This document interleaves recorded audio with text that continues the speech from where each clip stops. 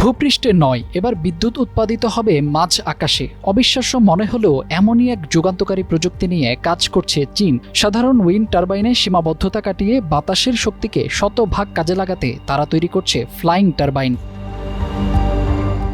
প্রথাগত টারবাইনগুলো মাটিতে স্থির থাকায় নির্দিষ্ট উচ্চতার বেশি বাতাস পায় না, কিন্তু চীনের এই উড়ন্ত টারবাইন মূলত বিশাল হিলিয়াম বেলুন বা ড্রোনের আদলে তৈরি করা, যা কয়েক হাজার ফুট উঁচুতে ভেসে থাকতে পারে। উচ্চ আকাশে বাতাসের গতিবেগ ও স্থায়িত্ব ভূপৃষ্ঠের তুলনায় অনেক বেশি, যা কয়েক গুণ বেশি বিদ্যুৎ উৎপাদনে সক্ষম। পরীক্ষা চলাকালীন এই টারবাইন থেকে প্রায় ৩৮৫ কিলোওয়াট বিদ্যুৎ উৎপাদন সম্ভব হয়েছে, যা ১৫০০ বাসাবাড়ির একদিনের জন্য যথেষ্ট।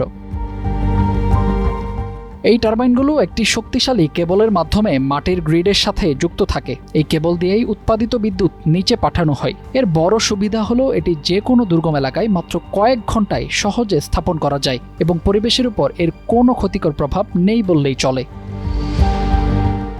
নবায়নযোগ্য জ্বালানি খাতে চীনের এই উদ্ভাবন আগামীর পৃথিবীকে কার্বন মুক্ত করার পথে এক বড় ধাপ। ফাহিম হৃদয়, টাইমস টুডে।